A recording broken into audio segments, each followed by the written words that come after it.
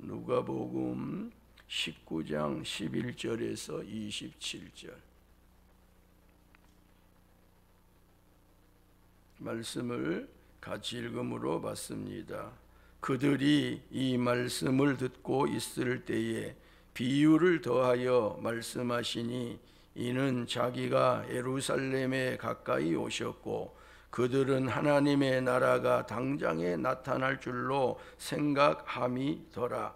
이르시되 어떤 귀인이 왕위를 받아 가지고 오려고 먼 나라로 갈 때에 그 종려를 불러 은과 열 문화를 주며 이르되 내가 돌아올 때까지 장사하라 하니라. 그런데 그 백성이 그를 미워하여 사자를 뒤로 보내어 이르되 우리는 이 사람이 우리의 왕됨을 원하지 아니하나이다 하였더라. 귀인이 왕위를 받아가지고 돌아와서 은화를 준 종들이 각각 어떻게 장사였는지를 알고자 하여 그들을 부르니 그 첫째가 나와 이르되 주인이여 당신의 한 문화로 열 문화를 남겼나이다. 주인이 이르되 잘하였다. 착한 종이여 네가 지극히 작은 것에 충성하였으니 열고울 권세를 차지하라 하고 그 둘째가 와서 이르되 주인이여 당신의 한 문화로 5 문화를 만들었나이다. 주인이 그에게도 이르되 너도 5 고울을 차지하라 하고 또 한 사람이 와서 이르되 주인이여 보소서 당신의 한 문화가 여기 있나이다. 내가 수건으로 싸두었나이다. 이는 당신이 엄한 사람인 것을 내가 무서워함이라. 당신은 두지 않는 것을 취하고 심지 않는 것을 거두나이다. 주인이 이르되 악한 종아 내가 내 말로 너를 심판하노니 너는 내가 두지 않는 것을 취하고 심지 않는 것을 거두는 엄한 사람인 줄로 알았느냐. 그러면 어찌하여 내 돈을 은행에 맡기지 아니하였느냐. 그리하였으면 내가 와서 그 이자와 함께 그 돈을 찾았으리라 하고 곁에 섰는 자들에게 이르되 그 한 문화를 빼앗아 10 문화 있는 자에게 주라 하니 그들이 이르되 주여 그에게 이미 10 문화가 있나이다. 주인이 이르되 내가 너희에게 말하노니 무릇 있는 자는 받겠고 없는 자는 그 있는 것도 빼앗기리라. 그리고 내가 왕됨을 원하지 아니하던 저 원수들을 이리로 끌어다가 내 앞에서 죽이라 하였느니라. 아멘. 아멘. 예수님께서 여리고 동쪽으로 들어오셨지요. 그래서 시각장애인을 고쳐주셨던 사건이 있었습니다.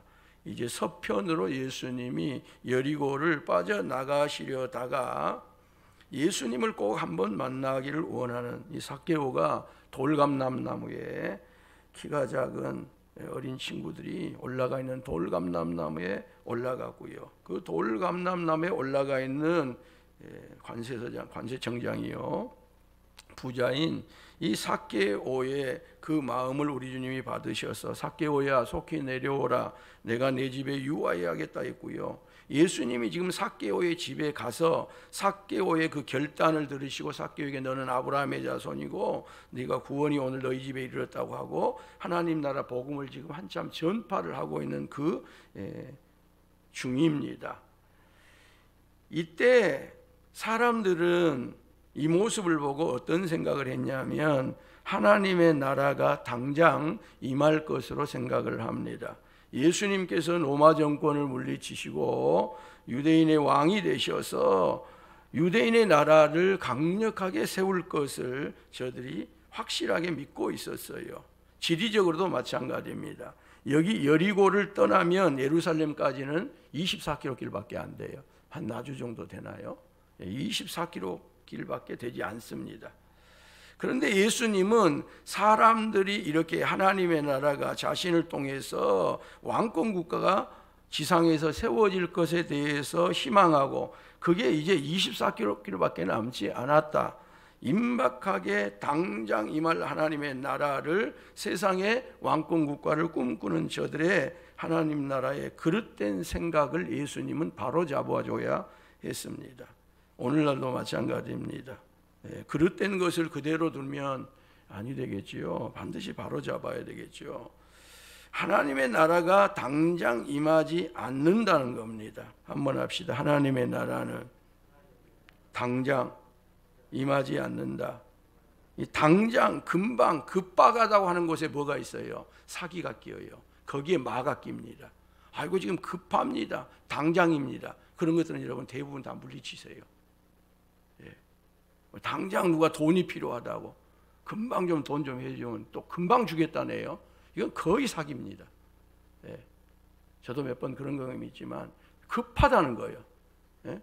그리고 급한 거 지금 당장 붙여주면 내가 2, 3일 내에 금방 준다는 거예요. 근데 그런 경우에 2, 3일 안에 제가 돈을 받아본 적이 없어요. 다 내가 포기했죠. 근데도 불구하고 사람들은 그렇게 접근을 해요.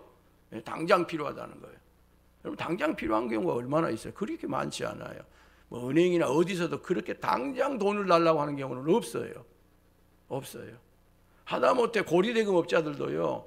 몇 차례 야 그 돈 내놔라. 내가 돈 안 내놓으면 가게 찾아간다. 가게를 엎은다 그러지. 아무 말도 안 하고 당장 오늘 와가지고 가게 책상을 엎으면서 막 식당을 엎으면서 당장 돈 내라 그런 경우는 없어요. 없어요. 이 급하게 어떤 것들 속에 이 무서운 것들이 숨겨져 있어요. 하나님 나라를 저들은 당장 임할 것으로 생각을 했어요. 예수님이 계속 지금 갈릴리에서 사역을 하시고 요단 동편 땅을 건너서 베리아를 거쳐서 쭉 내려오면서도 그 하나님의 나라가 당장 이루어지지 않을 것을 말씀하고 계시고요. 더군다나 지금 여기는 재림을 말하고 있는 거거든요. 예수님의 재림을 말하고 있는 거예요. 그래서 하나님의 나라는 특별히 예수님의 재림은 인내심을 가져야 된다는 겁니다. 또 기다리고 또 참고 그럼에도 불구하고 사모하고 기다려야 된다는 거예요. 한번 합시다. 인내심. 2000년 동안 아직도 하나님의 나라가 이 땅에 예수님이 재림하지 않고 있는데 그런다고 해가지고 방심하라는 것은 아니에요.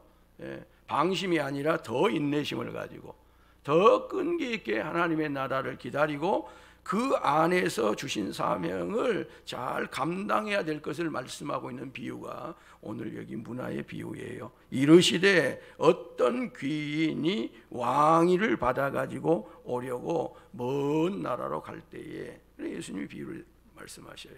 근데 이런 경우가 없었느냐? 실제적으로 유대에서는 있었습니다. 주전 40년 전 헤롯 대왕이 로마에 왕위를 받으러 가요. 저는 순수한 유대인도 아니에요. 그리고 포악하기 그지없었고 잔인하기 그지없었던 사람이에요. 근데 로마에서 저에게 유대 나라를 맡기려고 하지를 않는 겁니다. 누가 그런 사람에게 나라를 맡기려고 하겠어요? 맡겨놓으면 백성 잡고 포악하기 그지없고 백성을 힘들게 하는데, 그래서 제가 예수님 오시기 전 40년 전에 로마의 왕위를 받으러 갑니다. 왕위를 받으러 가니까 어떻겠습니까? 친에로파는 그가 왕위를 받아오는 동안 그 나라를 어떻게든지 간에 굳건하게 지키기 위해서 헤롯을 지지하는 여론을 계속 일으키는 거죠. 근데 반대파는 어쩌겠습니까? 이때라고 말이지. 헤롯이 부재한 상황이에요. 로마로 떠난 상황이에요. 이 기회에 우리가 어떻게 잘하면 헤롯이 왕권을 받고 오든지 받고 못 오든지 간에 헤롯을 물리칠 수 있는, 헤롯을 제껴버릴 수 있는 절대절호의 기회라고 생각을 하고 반대파가 득세를 하는 거예요. 이게 세상입니다. 이건 어디에서나 일어나는 일이에요. 끝까지 지지하는 사람도 있고요. 도중에 무슨 뭐 지지를 바꾸기도 하지만 언제까지 또 반대하는 사람이 있어요. 아무리 잘해도 반대하는 사람은 있습니다. 여러분 세상에서 다 여러분을 지지하리라고 생각하지 마세요. 또 다 반대하리라고 생각도 하지 마세요. 반대가 있으면 반대가 있지. 그건 당연한 것이지. 욕하는 사람이 없겠어? 내 앞에서 직접 욕 안 하는 거 감사한 일이지. 대놓고 대들지 않는 거 감사한 일이지. 없는데 뒷꼭지에서 하든지 어디서 하든 그거야 당연히 있을 수밖에 없는 일이지. 이 헤롯이 왕위를 받으러 갔을 때 이 지지파와 반대파가 극렬하게 부딪힙니다. 근데 역사적으로 헤롯은 왕위를 받고 오지요. 지지파들은 전부 다 중요한 요직에다가 더 충성하고 더 자신에게 있어서 꼬봉 역할을 하도록 자리를 주고, 반대파들은 숙청을 해냈습니다. 어마어마한 사람들 숙청을 해냈던 거예요. 그리고 나라가 없으면 당연히 그럴 수밖에 없지요. 그래서 그의 아들들인 아켈라오나 안티바스도 역시 동일하게 로마의 눈치를 봐야 되고, 로마에서 허락을 해주지 않으면 그 이후에는 나라를 로마가 나누어서 쪼개서 나라를 다스려요. 헤로드에게 왕위를 주고 보니까 너무 강력해요. 그래서 한 나라를 전체에 누구인가 맡기면 이게 힘이 들겠구나. 그래서 분봉왕 체제로 가는 겁니다. 지역을 쪼개서 갈릴리 지역은 누구, 유다 지역은 누구, 또 저기는 누구 해가지고 나라를 찢어가지고 서로 충성을 경쟁하도록 하는 게. 우리나라가 분단이 익은 것은 이것 때문에 비극이에요. 나눠 놓으니까 충성을 경쟁할 수밖에 없는 거예요. 남한은 미국에게 충성해야 되고요, 북한은 중국에게 충성을 해야 돼. 러시아가 약하지만 러시아의 눈치를 봐야 돼. 일본이 밉다고 하지만 일본을 전체로 우리나라가 끊어낼 수가 없어요, 어떻게 보면. 이게 분단의 비극이고, 이것을 1945년도에 이 나라에다 미국이 해방을 준 것이 아니고, 미국을 비롯해서 당시에 미영 중소 네 나라가 이것을 나누어 놔야지만이 우리가 어떻게 하겠다 그러고 나누어 놓은 거예요. 이 나라 조그만하지만 이 합쳐 놓으면 이 나라 센 나라 되겠구나, 이 나라 강한 나라 되겠구나. 나누어 놔도 지금 얼마나 우리나라 지금 강한 나라가 되어가고 있어요. 놀라운 나라 되고 있잖아요. 전 세계적으로 우리나라, 여러분 유럽이 얼마나 좋은 것이에요. 얼마나 좋은 것이에요. 가보면 가볼수록 좋은 것 같아요.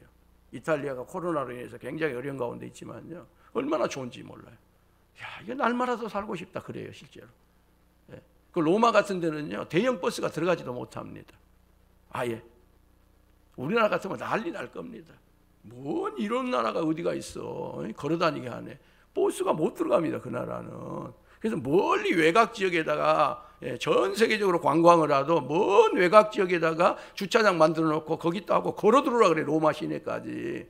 근데 한 사람도 불평이 없어.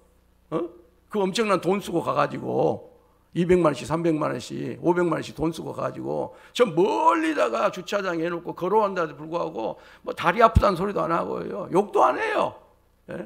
누가 불평도 안 합니다. 그러고 들어가요, 다. 그리고 와서 구경하고 나와요. 그런 유럽에서 대한민국을 자신의 나라보다 더 살기 좋은 나라, 대한민국에 가서 한번 살아봤으면 좋겠다고 하는 이와 같은 사람들이 굉장히 많이 늘어나고 있다고 하는 사실 아십니까? 대한민국이. 한번 합시다. 대한민국 감사합니다. 감사한 나라예요. 감사한 나라. 정말로 감사한 나라예요. 그 사람들이 잘 본 거예요. 그때 그냥 하나의 나라로 만들어놨으면 우리나라가 경제 지금 8위권, 9위권 있겠습니까? 진즉 우리는요, G2나 G3나 G4 안에 있을 나라예요. 저는 이 분단은 극복이 돼야 됩니다. 분단은 극복이 돼야 돼요. 이렇게 분봉왕으로 이렇게 나누어서 충성하고 했던 그런 역사가 있었어요. 그래서 예수님이 이와 같은 정치적인 상황, 민족적인 어떤 상황을 그대로 예수님이 채용을 해서 예수님에 대한 재림, 하나님 나라에 대한 비유를 설명을 하고 있는 거예요. 이건 오늘날도 동일해요. 저기 먼 천국에 있는 이야기를 나하고는 전혀 연결이 안 된 이야기를 가지고 오면 여러분들이 이거 영적이다, 신령하다 해가지고 알아먹을 것 같아요. 여러분은 못 알아먹습니다. 알아먹을 수가 없어요. 그리고 우리는 현실에 다 현실에 연결되어 살기 때문에 예수님이 하나님의 나라를, 또 복음을, 진리를 설명을 할 때 전부 현실적인 것들을 가져와서 예수님이 설명을 하잖아요. 자, 아무튼 그렇게 해서 한 귀인이 마치 헤롯이 그랬던 것처럼 먼 나라로 왕위를 받으러 갔다는 거예요. 그러면서 자신의 종들에게 자신이 가진 재산 중에서 은화를 10개씩, 10문화씩을 나눠준 거예요. 10문화는 지금으로 말하면 노동자의 200일 품삯이에요. 그러니까 한 3천만 원 정도 된다. 그렇게 보면 여러분들 금방 이해가 될 거예요. 달란트는 그보다 좀 더 큽니다. 3천만 원씩을 나눠준 거예요. 3천만 원이 적은 돈입니까? 지금이야 적을 수 있지만 그때는 어마어마한 돈이에요. 아니 3천만 원 한번 모으려고 생각을 해봐요. 한 달에 100만 원 모아도 1년이면 1200만 원이에요. 근데 한 달에 100만 원 저축할 수 있는 사람이 우리 중에 누가 있어요? 거의 없어요. 한 달에 10만 원도 어렵습니다. 저축하기가. 1000만 원이 10년 걸려요. 저축하는데. 3천만 원 모으려면요 진짜 한 30년은 걸려요. 30년. 그러니까 오늘 우리 사이에 집값이 폭등을 하고 이런 경우들이 얼마나 우리의 삶의 질을 떨어뜨린지 몰라요. 큰 돈입니다. 큰 돈. 10만 원이 큰 돈이라니까요. 엄청난 돈이라니까요. 그래서 우리가 내 돈 귀한 줄 알면 남의 돈도 귀한 줄을 알아야 돼요. 이 큰 돈이에요. 실제로 우리가 시골에서는 10,000원도 큰 돈이잖아요. 10,000원도 큰 돈이에요. 이 3천만 원을 이분이 왕위를 받으러 가면서 10종들에게 남겨주고 간 거예요. 그리고 그것을 가지고 사업을 하라 그래요. 사업을 하라. 그것을 가지고 사업을 하라 그랬다는 겁니다.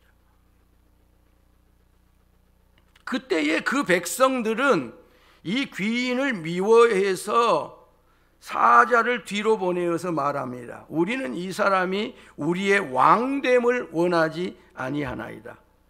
즉 이것을 신앙적으로 재림과 연결해서 말하면 유대인들은 예수님이 승천하시고 하나님 나라로 가신 이후에도 계속 예수님을 반대했고 그 예수님의 후계자인 제자들을 핍박을 하면서 하나님의 나라를 받아들이고 있지 않는 상황을 지금 예수님이 미리 말씀을 하고 계시는 것이 이 비유 속에 비유하고 하나님 나라하고 재림하고가 이렇게 혼재해서 이 말씀이 지금 이루어져 가고 있는 것입니다.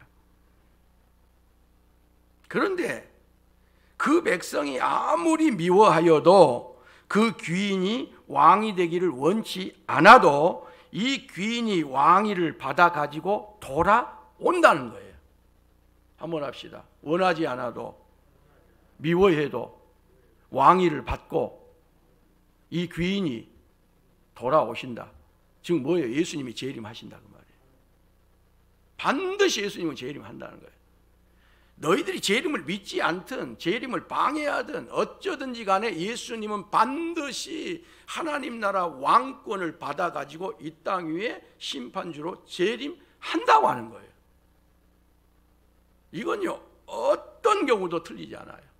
너무 분명하고 확실한 사실이에요. 그래서 그 귀인이 와서 즉 예수님이 재림을 하셔서 은화를 준 종들이 각각 어떻게 나누어 준 것을 가지고 장사를 했는지를 알고자 하여 그 각 사람을 부를 거라는 거예요. 저도 부르고 여러분도 부르고 전부 각자를 도대체 내가 10문화를 나눠줬는데 그 10문화를 가지고 어떻게 장사를 했는지 어떻게 사업을 했는지 어떻게 일을 했는지를 점검하고 계산하기 위해서 부른다는 거예요. 그 중에 한 사람이 나와서 주인에게 보고를 합니다. 주인이여 당신의 한 문화로 10문화를 남겼나이다. 누구의 문화라고요? 당신의 문화. 한번 합시다. 당신의 문화. 놀랍지요? 예수님이 준 것은 한 문화예요. 그리고 이 사람이 남긴 것은 10문화예요. 본전은 한 문화밖에 안 돼. 근데 남긴 것이 10문화예요. 그럼 사람은 어디에다 초점을 두고 말하겠습니까? 자신이 남긴 것에 초점을 두고 말을 해요. 근데 이 사람 보세요. 자신이 남긴 것은 뒷전이요. 이건 후순이야. 이 자신이 남긴 것을 이루게 주신 그 한 문화에 대해서 그것의 소유권이 당신에게 있다고, 예수님께 있다고 고백을 해요. 굉장히 중요한 부분입니다. 그리고 이게 세 번째 사람하고 어떻게 차이가 나는가를 보세요. 당신의 한 문화를 가지고 10문화를 남겼습니다. 당신의 한 문화를 가지고 5문화를 남겼습니다. 이 두 사람은 그렇게 말해요. 나머지 7사람은 어떻게 됐는지는 몰라요. 근데 그들도 다 남겼을 거예요. 근데 세 번째 이 사람은 뭐라 그래요? 주인이여 당신의 앞문화로 5문화를 만들었나이다. 두 번째 사람 그랬죠. 이 세 번째 사람 보소서 당신의 한문화가 여기 있나이다 그래요. 내가 수건으로 싸두었나이다. 이는 당신이 엄한 사람인 것을 내가 무서워함이라. 당신은 두지 않는 것을 취하고 심지 않는 것을 거두나이다. 일단요, 첫 번째 10문화를 남긴 사람, 두 번째 5문화를 남긴 사람과 세 번째 당신의 것을 받아서 그대로 수건에 쌓아둔 사람은 일단 뭐가 많습니까? 말이 많습니다. 에? 뭐가 많아요? 말이 많습니다. 즉 받은 것을 가지고 일한 사람은 말이 없어요. 그런데 받은 것을 가지고 일을 하지 않는 사람은 말이 많습니다. 이게 이 비유의 특징입니다. 특징.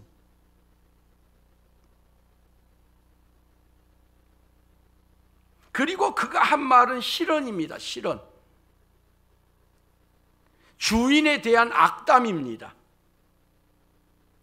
자신의 일하지 않음을 은폐하기 위한 주인을 악평하는 것입니다. 주인의 객관적인 사실은 이 가운데 한마디도 없어요. 당신의 문화라고 하는 이 말 외에는 나머지는 전부 다 그렇게 많은 말을 했는데 다 객관적인 사실이 아니고 주인에 대한 악담이고 주인에 대한 악평입니다.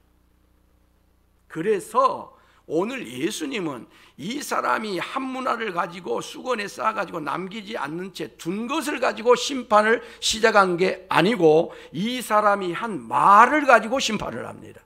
뭐를 가지고 심판했어요? 말을 가지고 심판했습니다.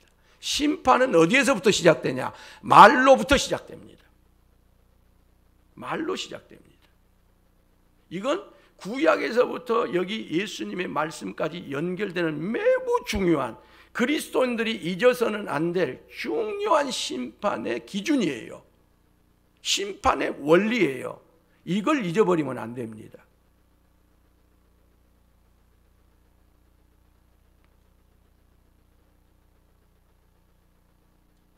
악한 종아, 보세요. 말씀을 보세요. 확인합니다. 악한 종아, 내가 네 말로 너를 심판하노니. 뭘로 심판한다고? 네 말로 심판한다는 거예요. 네가 지금 방금 뱉은 그 말, 네가 나에게 한 그 말로부터 내가 심판을 시작한다는 거예요. 너는 내가 두지 않는 것을 취하고 심지 않는 것을 거두는 엄한 사람인 줄로 알았느냐? 그러면 어찌하여 내 돈을 은행에 맡기지 아니하였느냐? 그리하였으면 내가 와서 그 이자와 함께 그 돈을 찾으리라. 이 사람은요, 예수님을 몰라도 단단히 몰랐어요. 예수님이 엄한 사람이 아니다는 거예요. 근데 엄한 사람이라 그럽니다. 그래서 그 말로부터 너가 심판을 받습니다.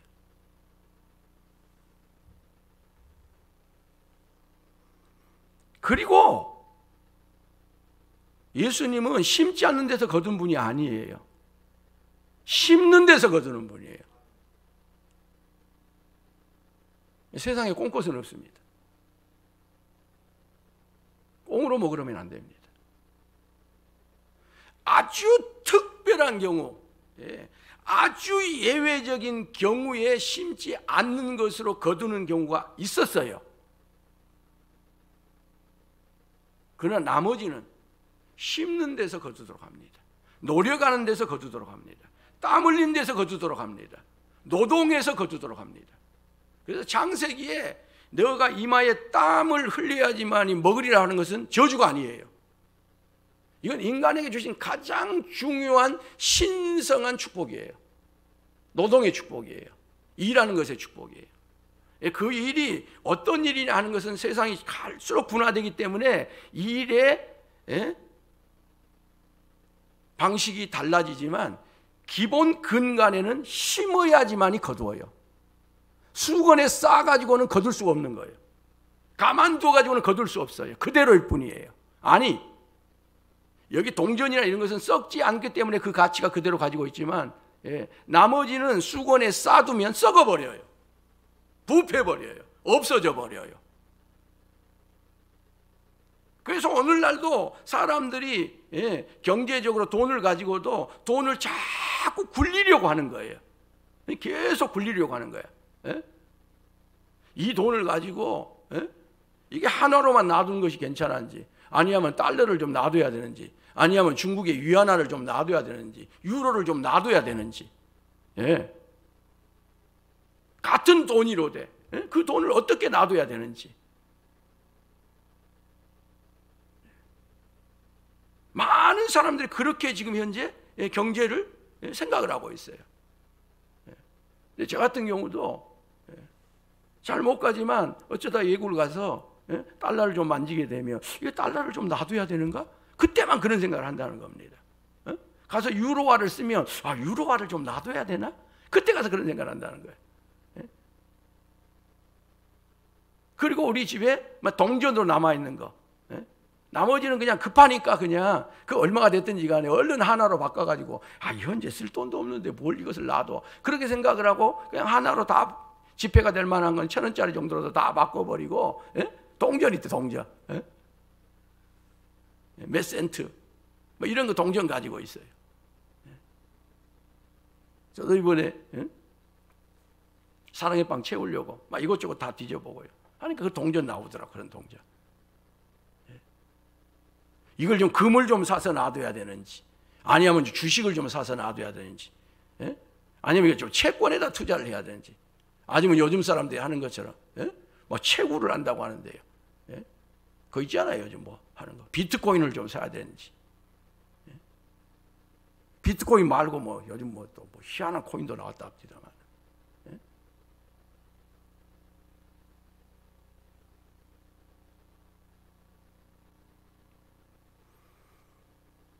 이건요, 경제 논리뿐만이 아닙니다. 신앙 논리도 똑같아요. 한번 합시다. 신앙 논리도 똑같다.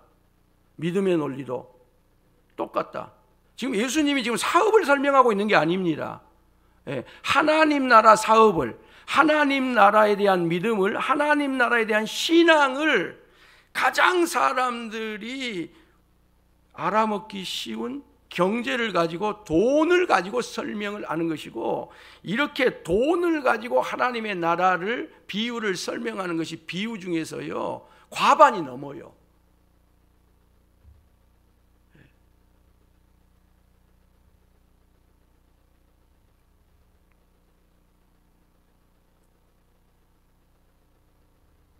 그리고 곁에선 호의하는 사람에게 예수님이 말합니다. 그 한 문화를 빼앗아 10문화 있는 자에게 주라. 10골의 권세를 받았는데 이 사람은 더 이상 하나 더 보탤 필요가 없는 사람이에요. 그래서 사람들이 뭐라 그래요? 아니 그 사람은 10문화가 있는데 거기다 보태줍니까? 이게 똑같은 논리로 세상 논리에서도 그렇게 이야기되어지고 있고, 신앙의 논리에서도 똑같이 이것이 그대로 말되고 있어요. 세상에서만 이런 말이 있는 게 아니에요. 교회에서도 보면 이런 말이 부지기수로 말해요. 아니 그 사람이 지금 10문화나 있는데 거기다 더 보태줍니까? 없는 사람 줘야지.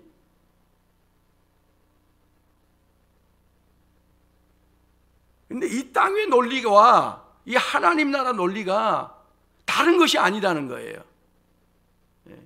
세상에서 오늘날 많은 사람들이 그러고 있습니다. 아니 그 사람 10문화나 있는데 거기다 또 보태줘요? 거기다 또 보태줘요?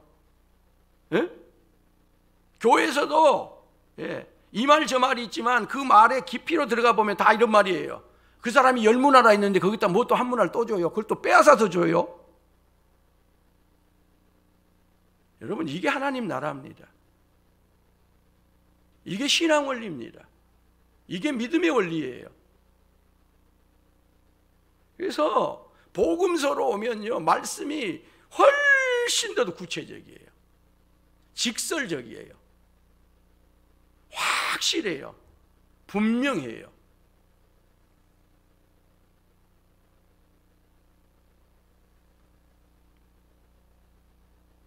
그런데 예수님이 아이고야 그러니?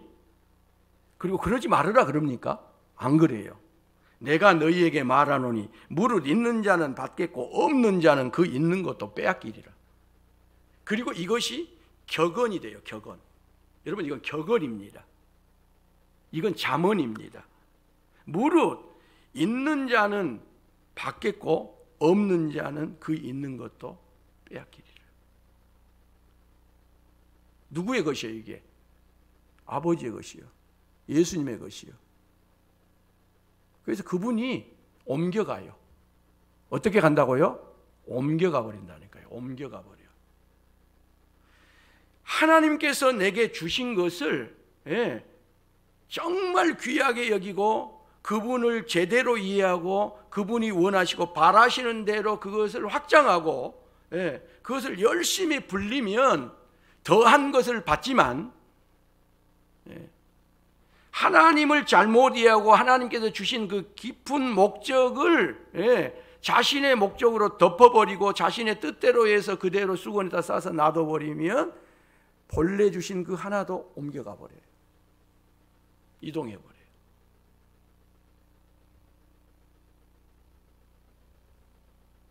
그리고 재림 때에는 예수님께서 왕 되심을 원치 아니하는 원수들, 이것은 열문화를 받았던 그 사람들, 이 사람들하고 다른 차원의 이야기예요. 하나님 나라 자체를 원하지 않는 사람들, 예수님의 재림을 원하지 않는 사람들, 불신자들을 뛰어넘어서 예수님을 대적하고 하나님의 나라를 대적하고 복음을 대적하는 그 세력들은 끌어다가 심판하실 것을 분명하게 말씀을 하셔요. 그리고 내가 왕됨을 원하지 아니하던 저 원수들을 이리로 끌어다가 내 앞에서 죽이리라 하였느니라. 성도 여러분, 우리가 소유한 것 하나님의 것 맞지요? 내 것 있나요?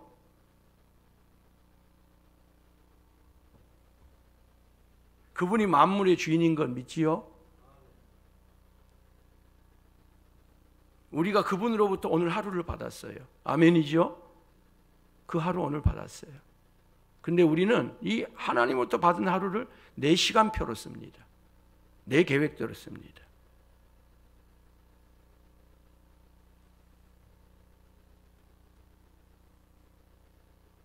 이 새벽도 내 계획 속에서 씁니다. 하나님은 깨어나라고 말씀하시는데, 하나님은 일어나라고 말씀하시는데 나는 더 잠을 자야 된다고? 잠이 계획입니다. 하나님은 오늘 또 이리 가라고 말씀하시는데, 아니 하나님, 나는 이리 갈 수 없어요. 나는 저리 갈 것입니다. 하나님은 이 사람을 만나라고 하는데 나는 저 사람을 만나고 있습니다.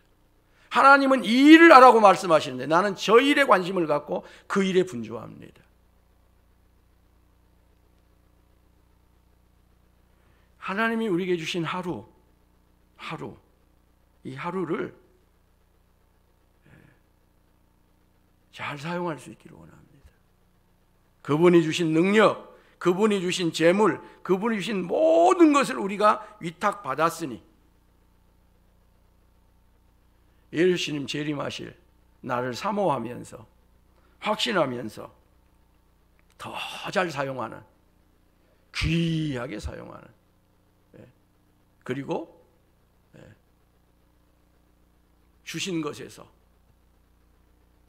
1배로, 2배로, 3배로, 10배로, 심지어는 100배로 더 많은 것으로 남겨가면서 믿음 생활을 해가는, 그게 우리의 신앙이 되는 축복이 있기를 바랍니다.